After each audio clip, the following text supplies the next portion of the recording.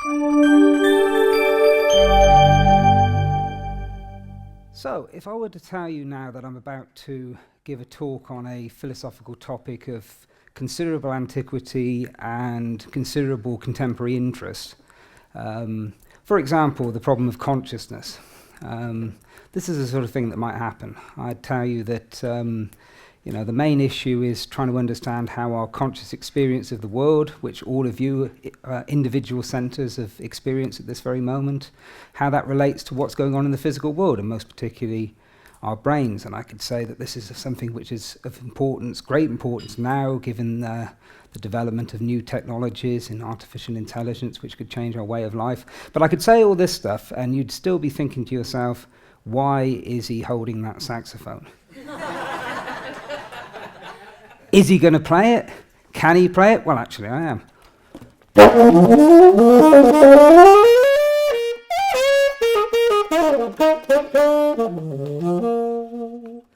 Now, the sole point of that was just to demonstrate that music is capable of grabbing people's attention, of making a direct connection with people in a way that talking is not. And by combining philosophy and jazz, right, well, why would I want to do something like that? Well, it's to do with my background. I had two events in my life which changed everything for me. When I was 11, I heard Cannonball Adderley play jazz, and I wanted to be a jazz musician. When I was 21, I heard some lectures on Martin Heidegger, and I wanted to be a philosopher. And over the years, I've done a bit of both. But in recent years, I've been taking much more seriously the notion of... I haven't got a switcher. In recent years, I've been taking much more seriously the notion of combining them and seeing how a jazz philosophy fusion could work. Change slide. Sorry, I just realised. Thanks.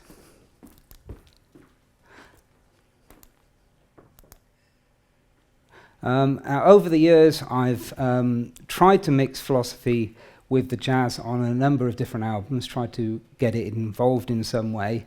But things changed for me recently when I completed a book called Philosophy in a Meaningless Life, which will immediately sound very negative to you all because you haven't read the book. Because I don't think that a meaningless life is a bad thing in any way. Neither is it a good thing, but rather it's a neutral fact about our situation, which is of great philosophical significance. But one of the things that I wanted to do with that book is try to reconnect philosophy with issues that really matter to people, things which people are concerned with. And I think a lot of people think that philosophy has a lot to do with the meaning of life, even though in the profession these sort of issues are shied away from. And part of that project is thinking that philosophy has, at the moment, a very bad image, a very outdated image which needs to change if philosophy is going to have a voice in debates which are very important to us at this particular moment. I also received funding from the Adrian Piper Research Organisation to fund a project, the first specific project of jazz philosophy fusion, and I'm going to be talking about the results of this now. Now, the justification for it is the fact that philosophical ideas have an effect on us, right? You could call this an emotional or poetic effect. After all, they're about issues such as, how the passing of time affects us, given, human mortality and the inevitability of death, the nature of your own self and how this is affected by the people you meet, whether there's a core to your own nature. These are things which have an effect on us, and throughout the history of philosophy, philosophers have tried to cultivate these effects. They've tried to draw people in and show how it affects their actual real life. But these ideas, these effects, are too often neglected. Now, it seems to me that in music, and in jazz in particular, one of the main aims is to cultivate, to express, and to mould these effects. Now, the effects, the sort of poetic or emotional effects that jazz has generally been interested in are things like blues, love, and good times. Okay? Well, it seems to me that there's no reason why it shouldn't deal with a new body of more sophisticated effects, which have just as much, effect upon us. And these can be taken from philosophy to give jazz something new and more interesting to express.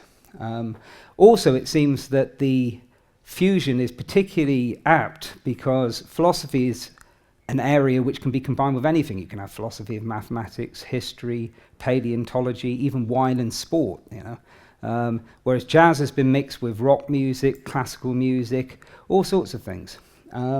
So they're fusion happy areas of culture. They tend to combine well.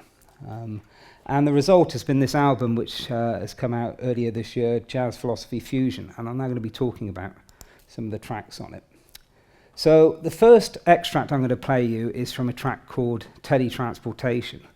And this is about, this comes from a philosopher called Derek Parfit, and it's based on the idea which you'll all know from Star Trek, which is teleporting, beam me up Scotty, etc. You might not know how it's supposed to work. And the way it's supposed to work is that a teletransporter will scan all of the molecules within your body, right? The exact physical location of everything in your body, its nature, etc. Then it destroys your body, obliterates you, okay? Then it creates another replica in a place, right? It creates a replica, an exact physical replica of you at that moment, okay? And then that physical being will say, wow, I've just teletransported. What action have I got to do? You know, what Klingons have I got to fight or whatever, okay? Now, Parfit thinks that this is a case of travelling, and of course Star Trek presupposes this, but you might also think that it's a form of suicide, because at the moment you're physically destroyed, you're dead, and then a replica of you is being made in another place. Now, in this song, I imagine a situation where they've invented teletransporters, okay? And we have a girl go into a teletransportation travel agency, and she's been parted from her boyfriend, right? He lives a long way away, right? She wants to see him, and teletransportation is a cheap way of traveling. And he tries to demonstrate to her that it's safe, right? One way in which he does this, the salesman, is he says, look, I'll do it now, right? So he teletransports from one side to the other side of the room, and he says, you know, look, I'm still fine, aren't I? Of course, she has her doubts because he might have just killed himself, and it might be a replica that's talking to her right now. On this extract, which you're going to hear, the singer you'll be listening to is one of the rising stars of UK jazz, Jessica Radcliffe. She's kind of the new and more philosophical version of Anita O'Day. She even looks a little bit like her. And she's singing the perspective of the person who's considering travelling to reunite with her boyfriend. So, this is Teletransportation.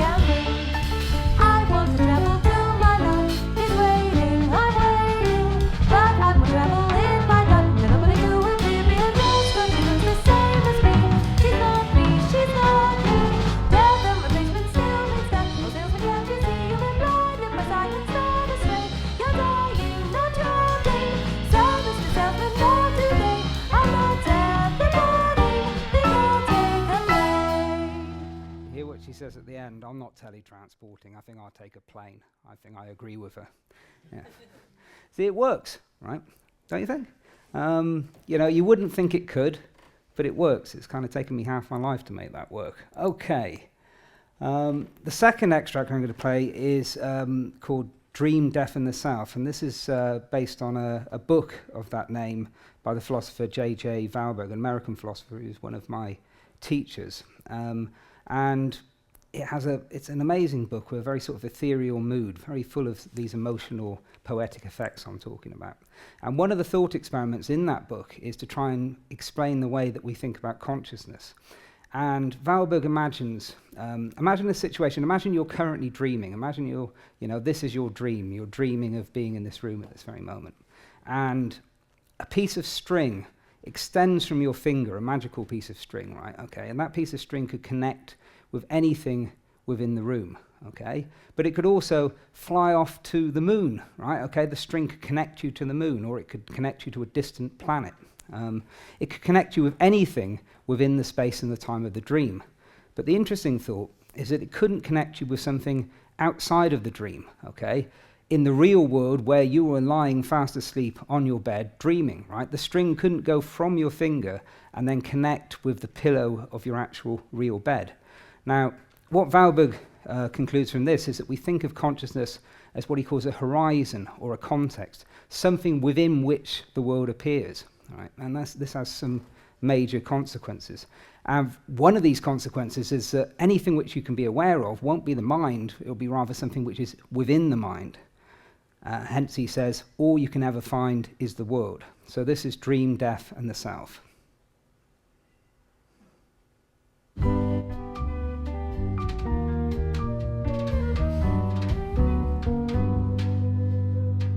When you are in bed, imagine a piece of string extend from your hand to other planets. That piece of string could reach most anywhere, but it can't reach inside your dream world.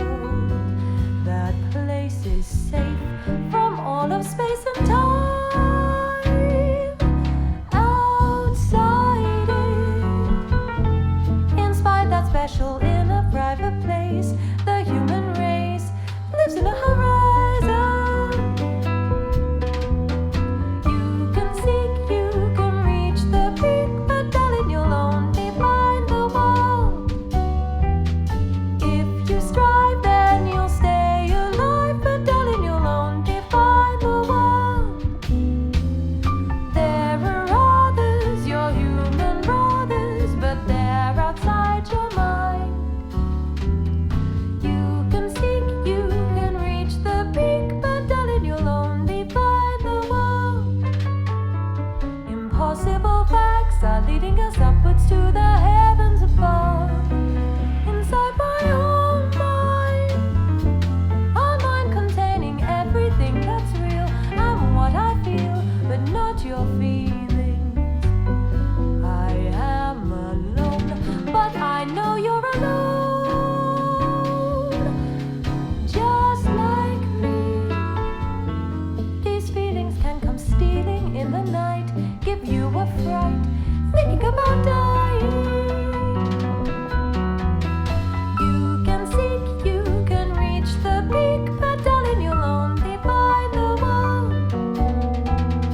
If you strive, then you'll stay alive, but darling, you'll only find the wall. There are others, your human brothers, but they're outside your mind. You can seek, you can reach the peak, but darling, you'll only find the wall. And the final track is called Me for You and You and Me. Have you ever noticed that the personality you present to people depends on who you're with?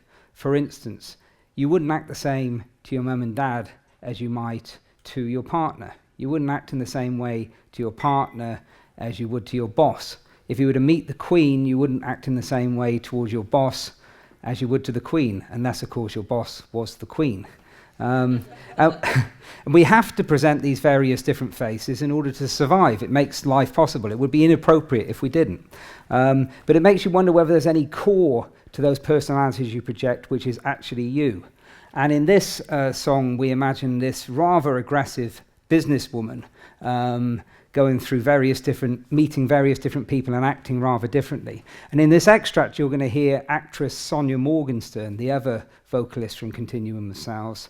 And the extract concerns a visit she makes to her granny, and then directly after that, when she goes down to the pub to meet her friends, and you'll notice a transition. So me for you and you and me.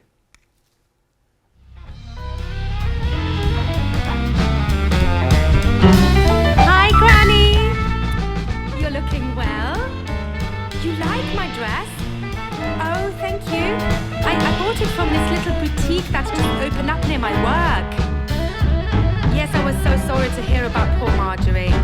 I never met her, but she sounds like she was a lovely friend to you. She used to ask about me. Oh, bless her. She's in a better place now. That's terrible. The council should do something about that. I mean, issue them with ASBOs or something. I blame the parents, personally. I agree, they should get off their bottoms and find a job.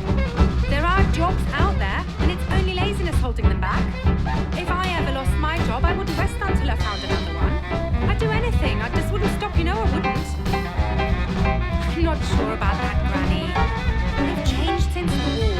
We used to have this German girl working with us, and she was really nice.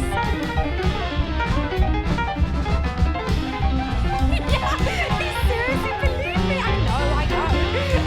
How anyone can be that gullible is just beyond me. He just opens his wallet and is like, thank you for relieving me of my hard-earned cash. Well, the project now continues, and one part of the project, if you buy the music, which adds towards the project, is a survey where we're trying to get people directly involved with philosophical ideas, where you can say whether your opinion changed after hearing the track. And as you see here, a lot of people's opinions do change after hearing the music. And the next part of the project is to take the band on tour, and I'm going to be writing a new album which is trying to get philosophy more involved in the current debates, which is going to be coordinated with a second album.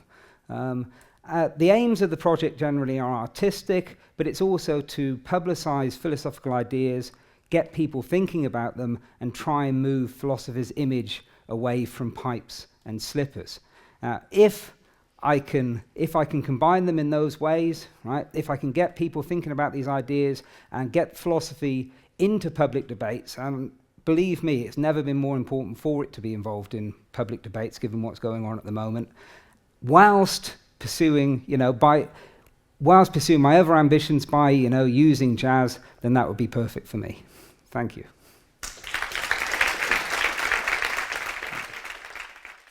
So by doing this, it inspired me to study music, and then I quit a psychology degree, and then I decided that I want to work in the arts, which has led me to where I am today, working in the arts. So how these